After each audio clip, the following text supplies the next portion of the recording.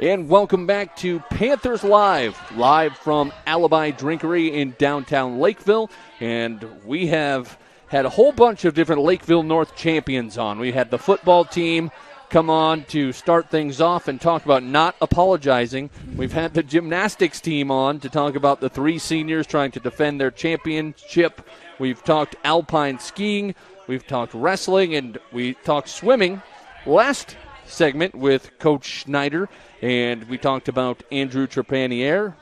But right now we are joined, saving the best for last, Regan Smith, the world record-breaking swimmer who is also a student at Lakeville North. You have advanced beyond being a swimmer for Lakeville North, but just thank you so much for coming on the show tonight. Yeah, it's awesome. I'm so excited to be here.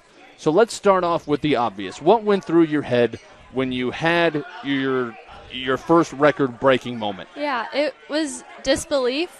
There were just a ton of emotions going through my head. I didn't really know what was going on. It was so crazy. The atmosphere was so insane, and so I just didn't believe it. And for the longest time, I didn't believe it. So it was a very surreal and amazing experience. But also, I was just oh my gosh, there's no way this is happening to me. Do you believe it yet?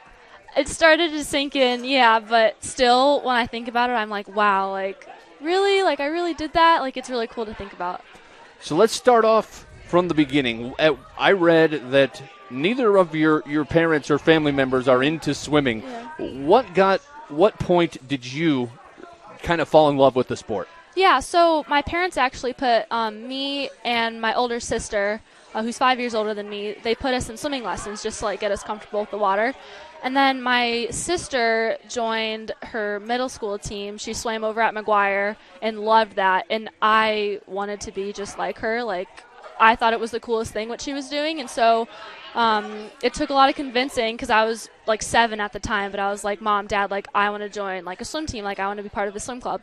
And, after a long time of me begging them, they were finally okay, we'll let you join. And I just loved it ever since. It stemmed basically from me wanting to be like my sister Brenna. So how long did it take you to beat Brenna? Oh, a really long time. Brenna was so talented. She swam for North all 5 years, 7th through 12th grade. She loved it. She did great. And I swam for North in 7th grade, and I remember she was still beating me then too. I mean, we had different events, so we were never doing the same thing. But, I mean, she was done swimming in 12th grade, and she always had a pretty decent edge on me, honestly. Yeah. And you swam for Lakeville North as a 7th grader, right? Mm-hmm, I did. So what was your experience with Coach Schneider, who was just on the show? Yeah, it was awesome. I absolutely love Coach Schneider to death. I knew him for a long time because my sister had been with him for so long. So I'd kind of grown up, seeing him coaching and being on deck at swim meets. And I always, admired and looked up to him so much just because, he was the coach of the team, and that was really exciting to me. And so then when I finally got to the point where I could be on that team and follow in my sister's footsteps, it was awesome. He was a great coach. He really knows what he's doing, and he really cares about his swimmers. And so it was a really awesome experience for me. So now you're traveling all over the world, going to international competitions. How do you go to class? It takes a balance for sure. I mean, it's about being on top of your schedule and communicating with your teachers and my dean too, Dean Stanke. She's amazing.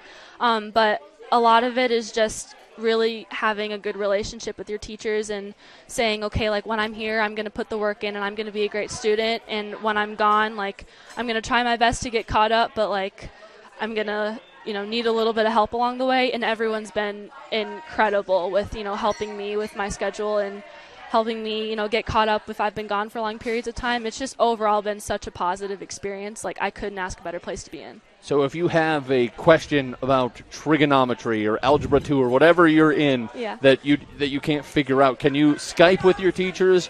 How do you make that work? I've never Skyped, but I can, email, do anything like that. I actually have a really great tutor that I've been going to for 2 years now, and she's helped me out too along the way. And I even ask my sister and my mom sometimes because they're just total math whizzes. So it's a mix of everyone. Everyone really helps me in my life. It just comes from everywhere, and it's awesome. What's your favorite class, and who's your favorite teacher? Oh, gosh. I mean, calculus, struggled in the class, but I loved Miss Cutchall so much. Like, I really connected with her. She was awesome. So I looked forward to going to calculus the most, even though I struggled with that class a lot. But she's amazing. Like, such a great teacher. So that class. Did you ever participate in other sports, or was it always swimming? Yeah, I did soccer for a really long time. Loved soccer. And I also did gymnastics for a while, too. And then I swear to you, once I started swimming, it's like I lost all of my land coordination. It was really kind of sad. But yeah, so like I was like, well, I can't really kick the ball that well anymore. I don't really know what's going on. But like at the same time, I was progressing really well in swimming. So I was like, maybe this is the route that I should take. So yeah. So we talked a little bit about, the difficulty of going through a swimming practice where it's essentially what other people do to intentionally be difficult and get a workout, and you're trying to do that at an elite level. Tell us, how many miles do you swim in an average training session? Oh gosh. So we don't go quite by miles. We go by kilometers, I guess. But in a really hard, tough training session, we'll do like a 10K practice, I'd say we can do. And there are some days where I do 2 practices in one day, and we'll hit like 15K in a day. So that's a lot. Those are the really hard practices in the middle of the season. And I don't know how many miles that is, but we go for a long time, for sure. Who's the coolest person you've gotten to meet traveling to international competitions? Oh, gosh. I don't know. I mean, it's okay. They're not watching. They're not going to be mad if they don't say you. It was really cool meeting like Katie Ledecky for the first time, because she's such like a legend. I've never gotten to meet Michael Phelps because he's just a little bit, before my time. But I would say Katie, just because, woman in the sport, she does amazing things for the sport and for women in the sport. So meeting her and like getting to be on trips with her and getting to a point where I can like text her, like getting to like that level of comfort with her, it's really cool, because it's still at some points I'm like, wow, like she's like really amazing, and I'm like at this point where I can talk to her like that. So yeah. What do you text about? Nothing. Like we don't really have like conversations. Do you talk about swimming, or do you talk about other stuff? It would be like so she's going to Stanford University, and I'll be going there next year, and it would just be like questions about the university or something. And it's not like a common occurrence. Like, we're not that close, I wish, but yeah, I mean, occasionally it'll just be like, hi, like I have this question and here's my answer, like that stuff. So obviously a great start to your career. What are your goals for the next couple years? Yeah, I definitely, the biggest thing on my mind right now is making it to Tokyo next summer. That's just first and foremost, what I'm really going to be focusing on and training for over these next 9 months. And then after that, I mean, it's going to be, the same thing. Each summer there's a big competition, and it's just going to be me training hard and trying to, make as many teams to compete for Team USA as I can. I guess walk us through the process of qualifying for the Olympics in Tokyo. Okay, yeah. So obviously the Olympics is every 4 years, right? And it's Summer Olympics in July and August. And so in June of each Olympic year, so like 2016, there was this meet, like 2012. And so in 2020, there's going to be a meet in Omaha, Nebraska, Olympic team trials. God's country. Exactly. And so at that meet, it's just a big meet. Everyone who has Olympic trials time standards, you need to meet a certain like time standard in your event to qualify to go to that competition, to qualify for the Olympics. And so once you do that, you go to that meet, you swim your races, and if you are first or second place in each event that you swim, then you qualify for the Olympics. So it's kind of confusing. I hope I explained that well, but yeah. Where do you stack up with your, obviously in the backstroke, you stack up on top. In your other events that you want to make, I guess how many events do you want to make it in?